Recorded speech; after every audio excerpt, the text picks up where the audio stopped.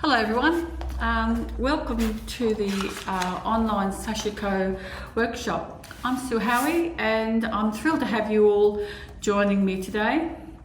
I'm excited to guide you through the art of Sashiko embroidery over the next two sessions. We'll be having one this week and another one next week. I've designed this workshop to be suitable for all skill levels.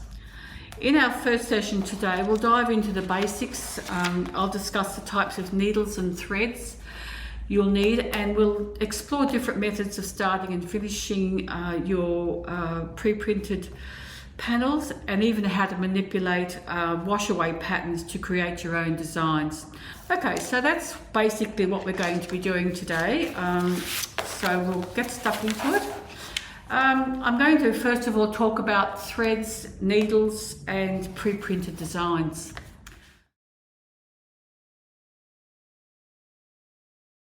So when you're doing Sashiko, there are quite a few different threads that you could use. I more often than not use Sashiko threads that have been specifically designed for this.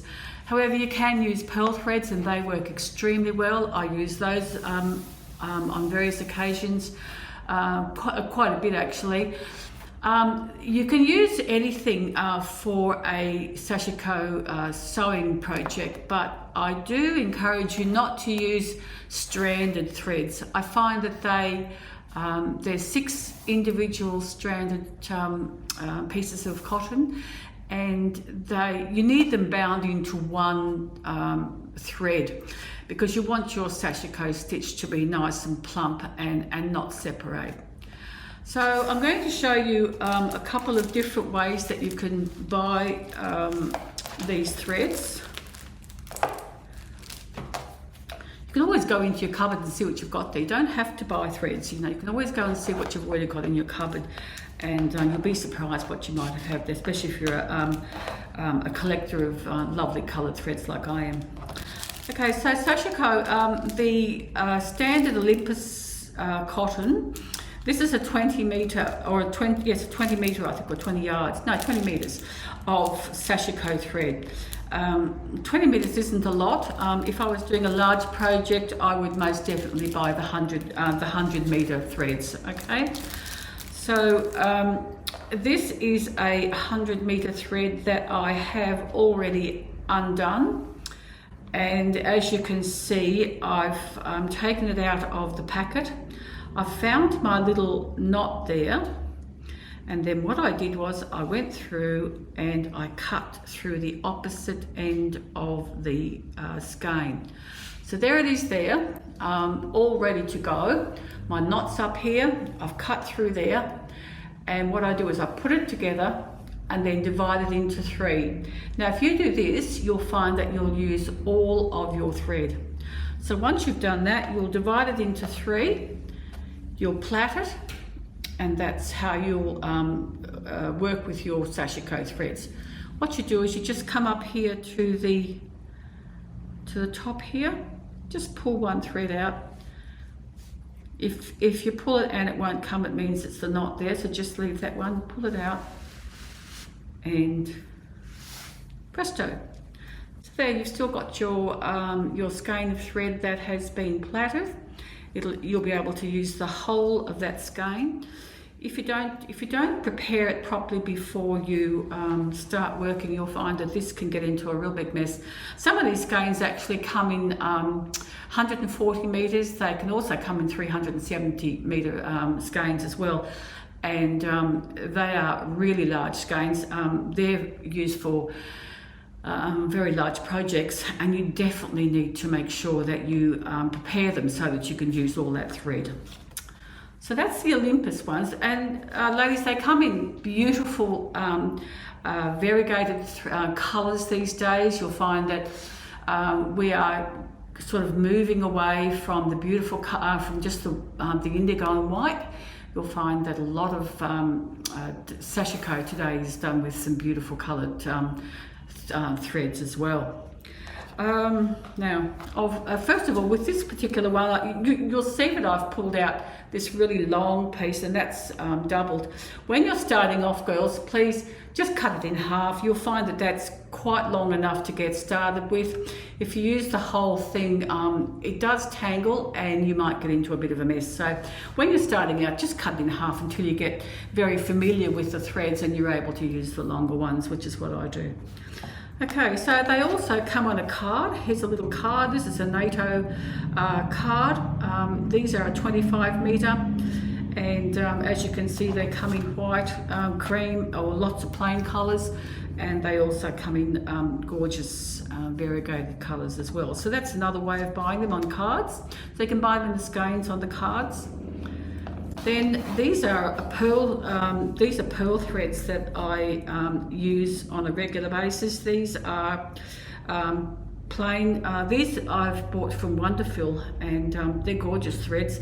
They've got a huge range of plain colours and the most magnificent colour range in variegated colours too. So have a look on their site and see the colours that you like, that you might like. These are, I think these are about 70, no, they're 40 yards, sorry. So they're a little bit more economical for you to buy as well. So have a go at those, and also you don't have, the advantage of these is you don't have to prepare them either. They're all rolled on there for you.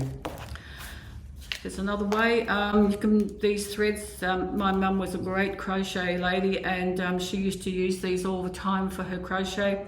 I find that they're excellent as well. They're all just a single thread, so have a go at those. You might find some in some bags that you've got hidden away somewhere that maybe you've inherited or something. So have a go, use them up. That's the whole idea of it.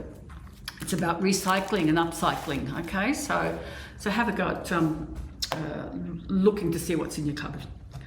Okay, so that's enough about threads. If you have any queries about threads, about how to prepare them, if I think that they will be suitable, please send me an email. Happy to get back to you. The other thing you can do with threads also is you can dye, use some dyeing with plants and that sort of thing, and or some indigo dye, lots of different dyes. You can do your own variegations in thread colour now, so that's also starting to come out. You'll find that I think the Olympus company, they've got actual dyes that you can just pour onto your threads, so have a go at those as well.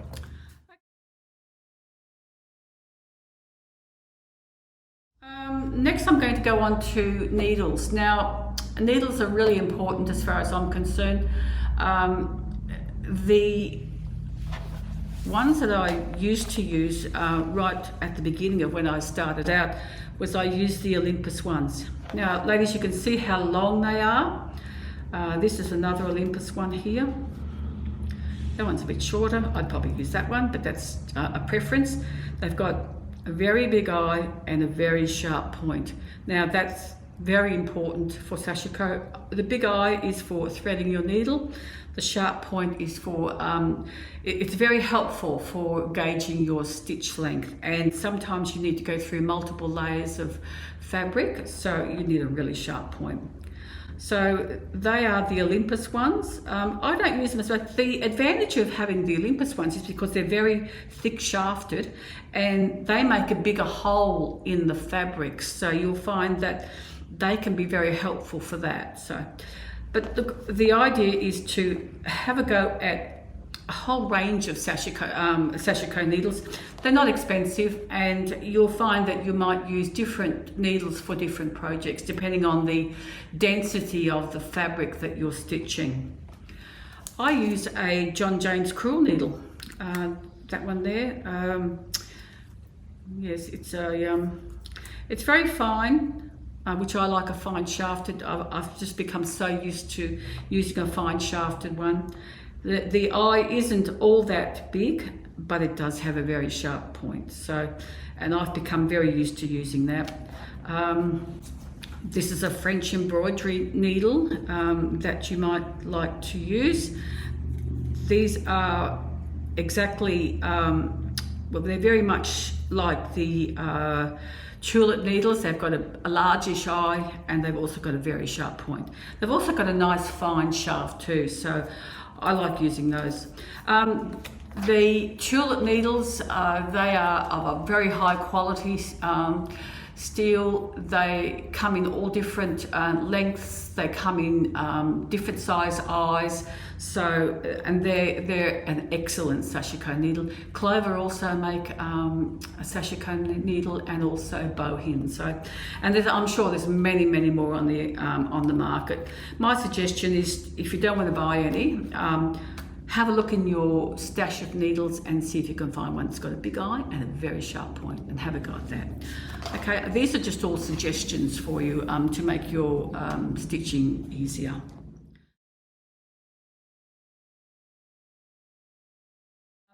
And this is the one that I encourage ladies to use. This is very comfortable to use. You'll see that it fits all different sizes. It will open if you've got a thicker finger, or if you've got a really fine finger, you can adapt it to your size. And you'll see that this has got lots of indentations for the head of the needle to help you push that through the fabric. So that is very comfortable. You'll find that it won't hinder any of your stitching. So have a go at that. I'm going to show you how to use that when we start stitching. There's also this little one here that's made from leather, and it also has some indentations so that the needle will catch that as you push it through. And this one you just wear up here. Oh, hang on, got to put it around the right way. Okay, so that's how you use that one, and just push it through like that. You can use an old-fashioned one if you like. I find it a little bit uncomfortable, not quite as easy to use as these. And there's another one. That one's a bit small for me, unfortunately. I could open it up, but that one is also used up there, and because it's metal, it will last a long time. This one comes in a leather format as well. So there's lots of different. I've seen a lot of people make their own thimbles for using in this manner.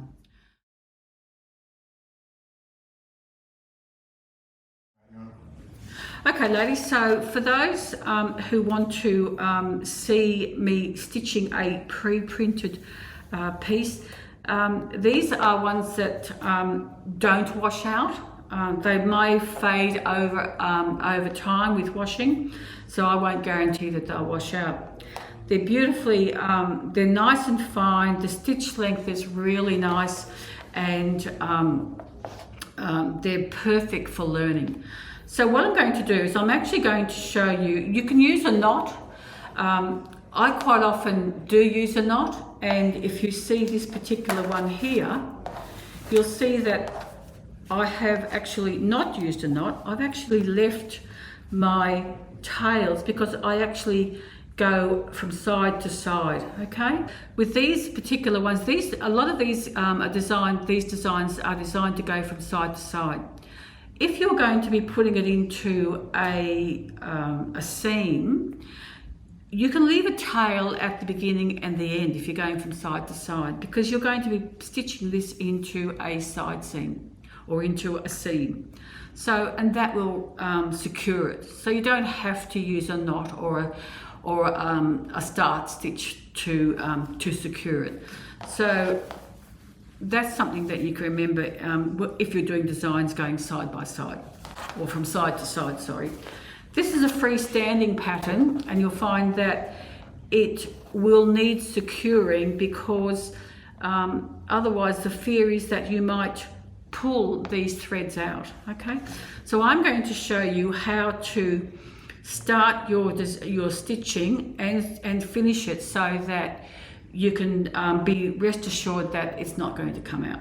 Okay, so what I do is I have a look at my design, and I work out a pathway. So with this particular one, I'm actually going to go down here. I'm going to go across there, up there, down here, then I'll go across here, up here, then I might, providing I've got enough thread, and I don't, but if I did have enough thread, then I'd go across here, and I'd go up there and then finish there. Okay, so get the most out of your thread that you can possibly do. So I'm going to show you exactly how to start it. So if I say I'm going to come down here, that's my start point. I'm going to come down here. I'm actually going to bring my thread up from the back at what would be the end of my 4th stitch. And I'm going to leave a little tail. Then I'm going to put my needle point at the end of that stitch. And then what I'm going to do is I'm going to measure, and when I'm first starting, it's a really good idea to get into the habit of doing this. You might have another way of stitching, but this is a really good way of doing good stitch length time after time in a project. Okay, so I'm actually going to measure my stitch length, and I'm going to use the pre-printed one as a guide, but this, if you do this, you'll get used to it, and then you'll be able to do your own stitch length. So, and then I fold my fabric onto my needle. So I've got my other stitch length folded on, folded on. Okay, now you can see there the 3 stitches that I've done. They're all pretty even. I'm quite happy with those. Okay, they should be, because I've actually got the mark there, but this is what you want to be able to do when you just have a straight line. So then we pull it through, put your thumb on the entry point so that it doesn't tangle. Then very gently just stretch it. Now, if you do that, you'll find that your stitches will stay on top of the fabric and not in the grain of the fabric. And that's most important, okay? Otherwise, when you finish it, what will happen is that you might have, your piece might pucker up, and you want it to be nice and flat. Okay, so then that's a little bit long, so what I might do is I might just pull that down a little bit. Then I'm going to pull this little tail back.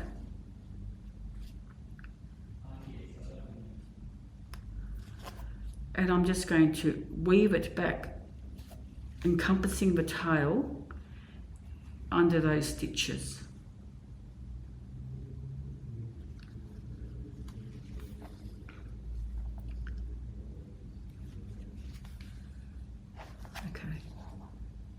Okay, so then that's nice and flat. You don't have a knot there. So that's for the ladies that don't like knots, that's the best way to start. There is another way of starting, and I might show you that one next week. Okay, so I'm going to come over to this one here, over to there. Can you see that? Okay, we'll pull that up. Now, depending on the length of the needle that you've got, as to how many stitches that you can actually put on to the onto the needle at any one time. Because I haven't got a very long needle, I can't put too many on there, but I'm quite happy with that. I've never been able to manage to put a lot of stitches onto the needle. But one of the good things about doing this way is that you can actually have a look at all your stitch lengths that are on the needle before you pull it through. Now, I'm quite happy with those. You can see the stitch length all the way through there. Quite happy with those. If I wasn't, now's the time to pull it off the needle and re-lengthen my stitch length rather than keep pulling your threads out. If you keep pulling your threads out, what happens is these threads deteriorate quite quickly if you're pulling them through with friction through the fabric. Okay, so quite happy with those. Pull it through. And I'm going to hold my thumb there so that it doesn't tangle. I'm going to stretch a little bit.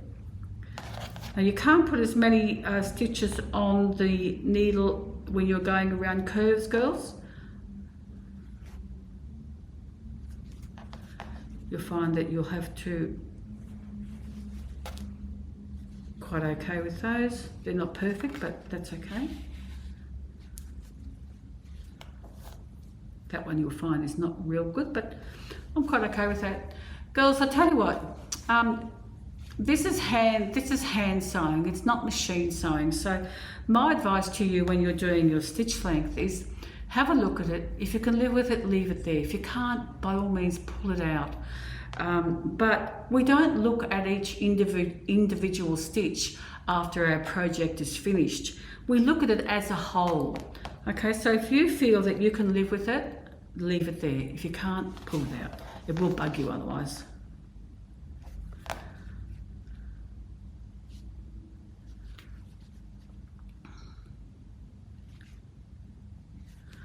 Oh, sorry girls, this is just going to take a little bit of time, but I wanted to show you how to finish off, and I do want to just get this little leaf done.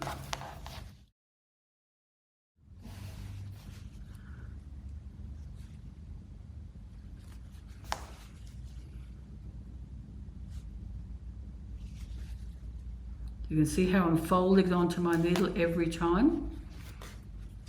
How I always put my thumb on the entry point where it goes into the fabric, and I always stretch it after every time that I pull my needle through the fabric.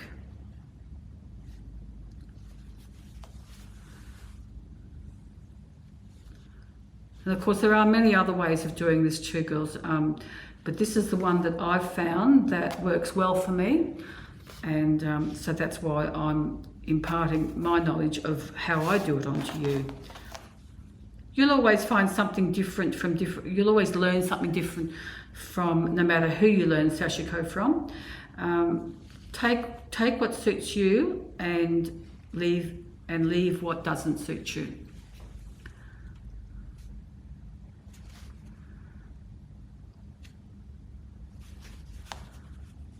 Okay, we've got a straight stretch here.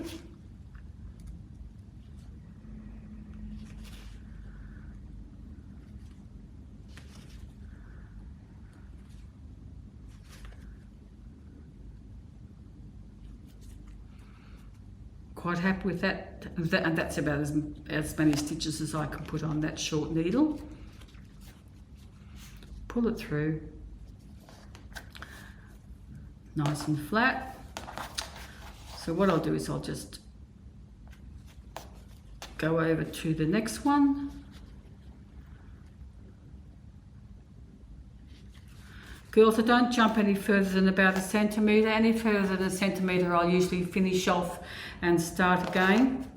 However, when you are, if you're jumping around 1 centimetre, always use leave a little bit of a slack in the back of the fabric. It helps to keep it nice and flat as well, and it doesn't pull.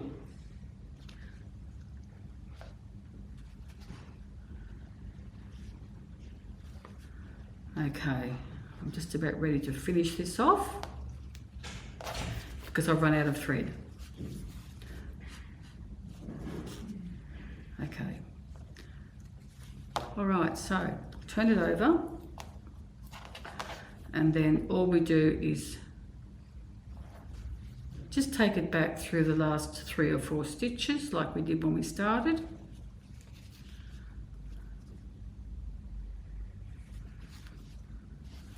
What I do is I take a pair of scissors, and that's nice and neat, and I'll just leave a little bit of a tail there, okay? Because that will also fray and helps to keep it in there as well. Okay, so that is a really easy way of starting and finishing your Sashiko on a freestanding piece of design.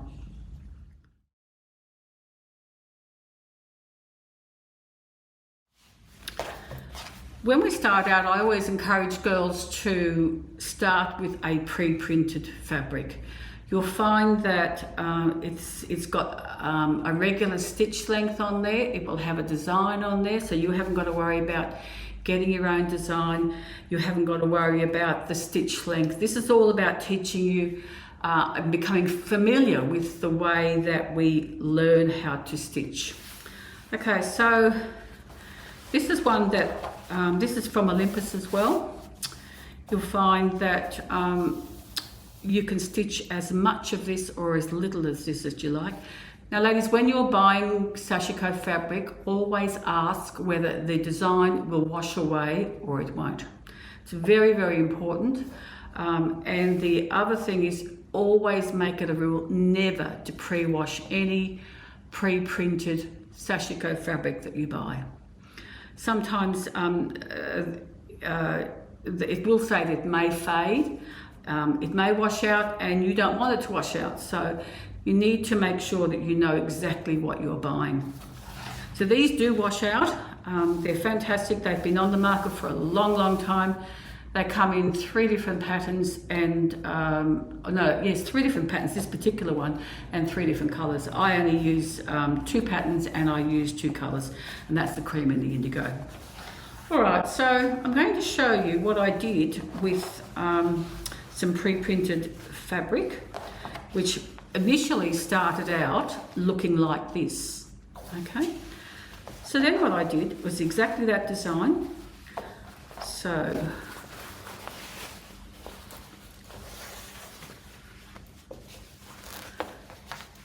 girls, what I did was I went around with a ceramic pencil and I went around the outline of the design with a ceramic pencil and marked out what I actually wanted to sew. So as you can see, this here is a full design. It's got crosses over here and it's got circles, interwoven circles all over the piece. But I wanted to do something just a little bit different because I wanted to show you how you can manipulate, you can pick out a design out of a pre-printed fabric and make it your own. So I actually took my ceramic pencil. This one's a bowhin one. You can use a sew line one as well. They're both as good as each other.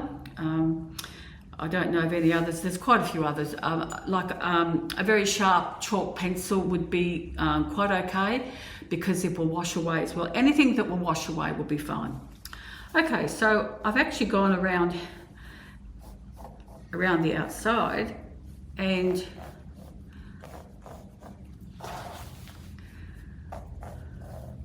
okay, so you can see that is where I wanted to stitch in that area.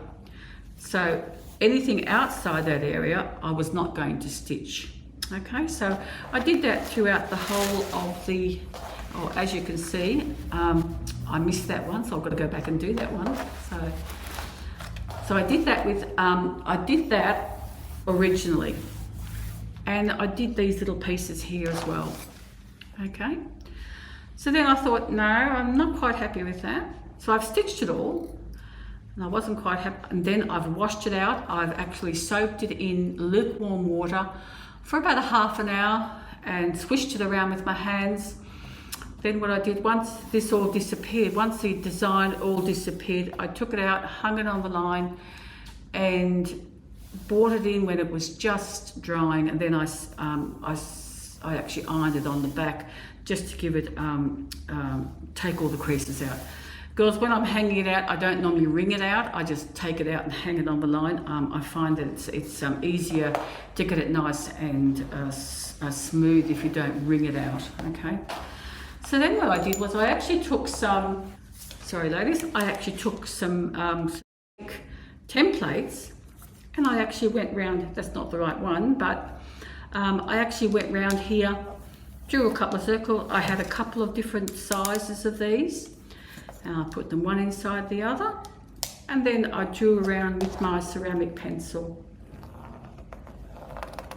and you can see the lines there. Okay, so then I stitched them all and then I went back and couched the inside line just to give it a little bit of depth. So that's just one design. There are many, many designs in this particular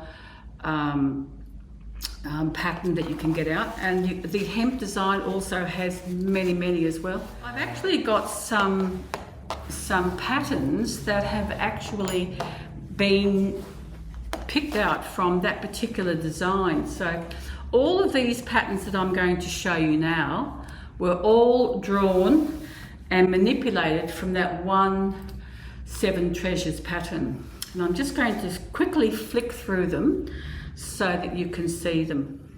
So this one is, you can see that I've left out all the straight lines, and I've just drawn this in here with the ceramic pencil, and I just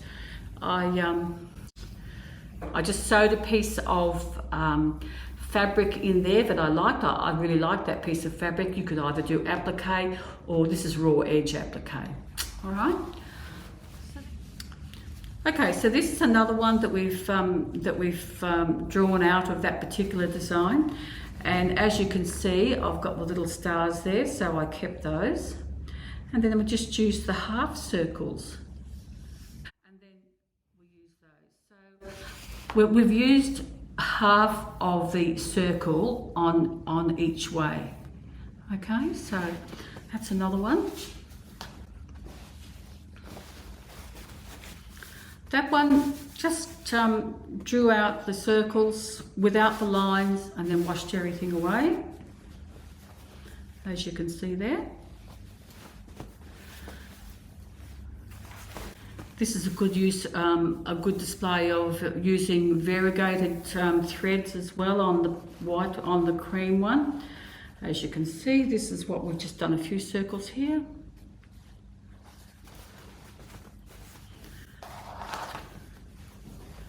This is just using interlocking circles all the way across there. You just have to sit down and look at the designs and see what you can see or what you can pick out of that particular design. I'm sure you'll come up with a lot of other ideas. You know, this is just a few. This one, you would never thought that would come out of there, but looks amazing, and that one also came from that particular pattern.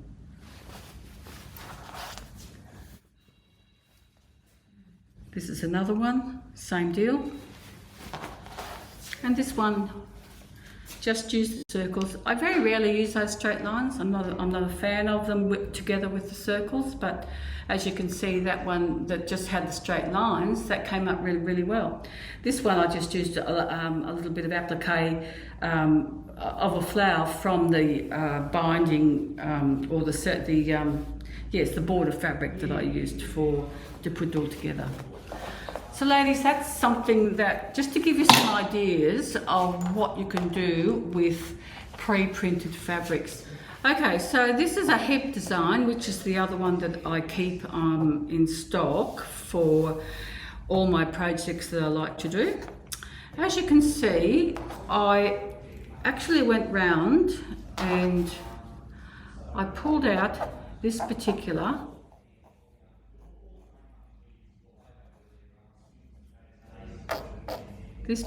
design, and that was going to be my feature. So there we go. Now I'm going to stitch all the way around those particular designs, all the way along my piece of fabric. As you can see, I've pretty much centered it, so it's going to look really uniform. I've left the same distance between each hexagon. So I've gone around with my ceramic pencil and I've drawn out the hexagon, and I've designed it so that I can get 6 of those designs out of this pattern. So I've gone along the whole piece and drawn my 6 hexagons. Now I'm going to stitch the whole of this, excluding my I'm going to stitch it excluding my hexagons, because these are going to wash out and I'm going to do something different. As you can see, I'm still in the throes of stitching the outside designs. Okay, so then what I did was once I did all my stitching, as you can see, I haven't stitched the whole thing. I've just stitched what I wanted to. I even left some out, some of the straight lines out of here, which I didn't want. And I've stitched around those hexagons, and then I've washed out, I've just soaked it in water for about half an hour, swished it around, put it out to dry, and then when it came in, then I decided that I would put my designs into this piece of fabric. Now, I haven't done that one yet. I'm going to do that one today with you. I've actually done this one from a template, and I've done this one from a template. So I just wanted to show you exactly how you can make this your piece by putting a little bit of your personality in there. Okay, so I've actually used some of these acrylic templates. I actually designed these quite a few years ago, and they're quite good to use. You must use a ceramic pencil or a bowhin pencil because you need to be able to get down into those grooves. Okay, ladies, so I'm going to show you the best way of doing that. Okay, so this one is ready to stitch. This one's I've already done. So I'm going to put what I would call Love of the Dragonfly in there. I've also got another dragonfly. And I'll probably repeat these designs on the other side of the runner in different placings, just to make it a little bit different. So I'm going to put that around there. Now, when you're doing this with these templates, ladies, just my suggestion, first of all, always make sure that you use your ceramic pencil by standing it up. Now, the reason I've just drawn around there is to make a template so that if I do move this particular design, I know exactly where to put it back as well. So it's just a guide to help me in case I have to replace it. The other thing with these is that you can actually put them back if you want to add a bit more to the design as well. Okay, so what we're going to do is I'm just going to show you. You can see how I've actually got the ceramic pencil straight up rather than, if you do it like that, ladies, you'll find that they'll break, the leads break. They're quite brittle, they're not very strong, unfortunately, but that's the nature of what they are. So I'll do the whole dragonfly just so that you can see. I've picked this because it's not as intensive as the other designs. Ladies, you can buy all these designs in a myriad of places. There's all the traditional designs now that you can find in templates, which makes it really, really easy. The idea of these also is that you can also do your own, you can also do the stitch length, which is a great help. I'm going to show you how to trace designs onto fabrics using a stencil, and a lot of stencils will give you the stitch length, but they'll also, there are others that you can just use a straight line. You've got to do your own stitch length, but I'll show you that a little later on. Okay, so didn't take long to do that. I'm going to take it away, and there you go. There's your pattern there, all ready to stitch. Okay, this will wash out. I'll give this another wash before we actually finish it, and all that will wash out as well after we've done the stitching. So you could do that in a nice variegated colour just to give it a little bit of difference as well. That would look really nice. You could use it do a white tail and some lovely coloured wings, which would be pretty as well. So that's how we manipulate the design onto a pre-stenciled wash away fabric. Okay.